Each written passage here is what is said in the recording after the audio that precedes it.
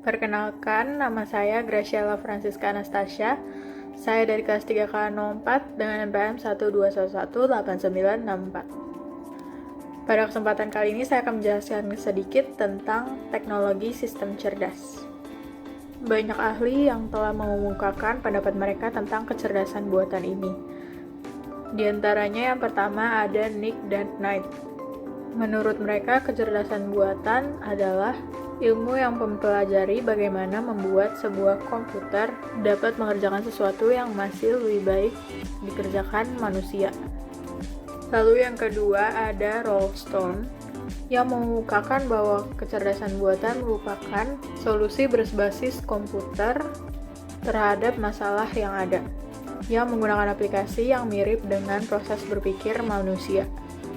Lalu yang terakhir ada H.A. Simon yang mengemukakan bahwa kecerdasan sebagai kawasan penelitian aplikasi yang berkumpulan dengan sekumpulan instruksi yang dituangkan dengan bahasa pemrograman pada komputer untuk melakukan fungsi dan tujuan yang baik bagi manusia.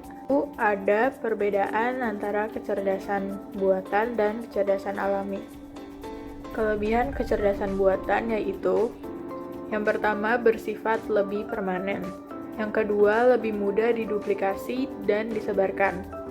Yang ketiga, lebih murah. Yang keempat, lebih bersifat teliti dan konsisten. Yang kelima, dapat didokumentasi. Yang keenam, lebih multitasking daripada manusia. Lalu untuk kecerdasan alaminya sendiri, itu yang pertama kreatif, karena manusia memiliki pengetahuan yang dapat diperluas. Sedangkan pada kecerdasan buatan, untuk menambah suatu pengetahuan harus ditambah melalui sistem yang dibangun. Yang kedua ada memungkinkan orang untuk melakukan pembelajaran secara langsung. Sedangkan pada kecerdasan buatan harus ada masukan berupa input-input simbolik terlebih dahulu. Dan yang ketiga yaitu pemikiran manusia dapat digunakan secara luas, tidak seperti kecerdasan buatan yang sangat terbatas. Lalu sedikit tentang sejarah kecerdasan buatan. Istilah kecerdasan buatan itu sendiri muncul pada tahun 1956 di konferensi Dartmouth. Namun teori yang mengarah ke hal tersebut sudah muncul dari awal tahun 1941. Nah, untuk era komputer elektronik itu sendiri terjadi pada tahun 1941, di mana pada era ini pertama kali ditemukan alat penyimpanan dan pemrosesan informasi yang dinamakan komputer elektronik. Lalu ada masa persiapan AI dari tahun 1943 sampai 1956.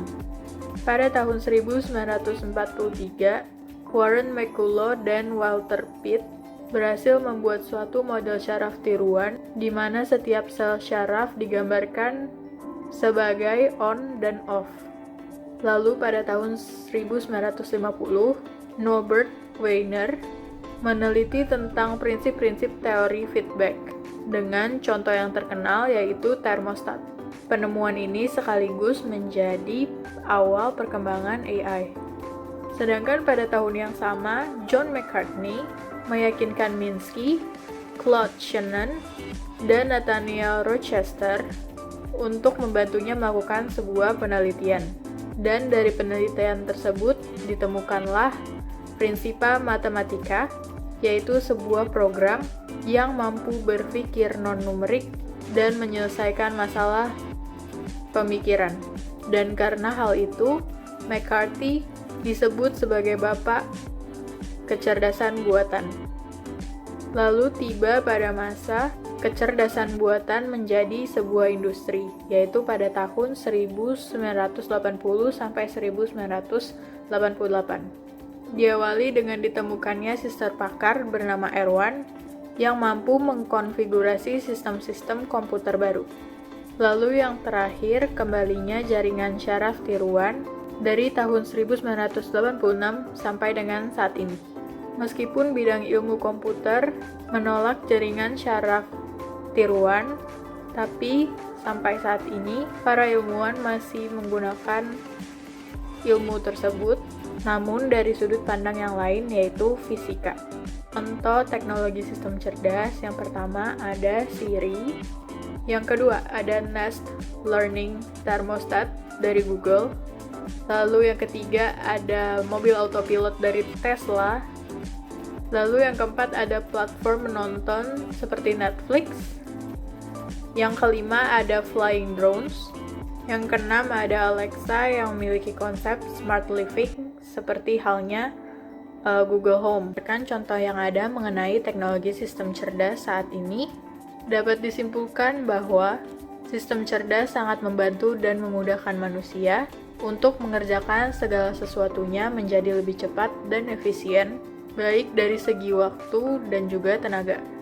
Dan untuk itu pula tidak menutup kemungkinan di tahun-tahun berikutnya akan ada terus pengembangan-pengembangan serta perbaikan dari teknologi-teknologi yang sudah ada pada saat ini. Namun, masih banyak masyarakat kita yang tidak melek akan teknologi yang ada pada saat ini. Maka dari itu harus diperbanyak sosialisasi kepada masyarakat awam akan adanya teknologi tersebut, sehingga dapat berguna secara maksimal tidak hanya untuk beberapa kalangan, tetapi juga untuk seluruh lapisan masyarakat. Sekian penjelasan dari saya, kurang lebihnya mohon maaf, semoga membantu.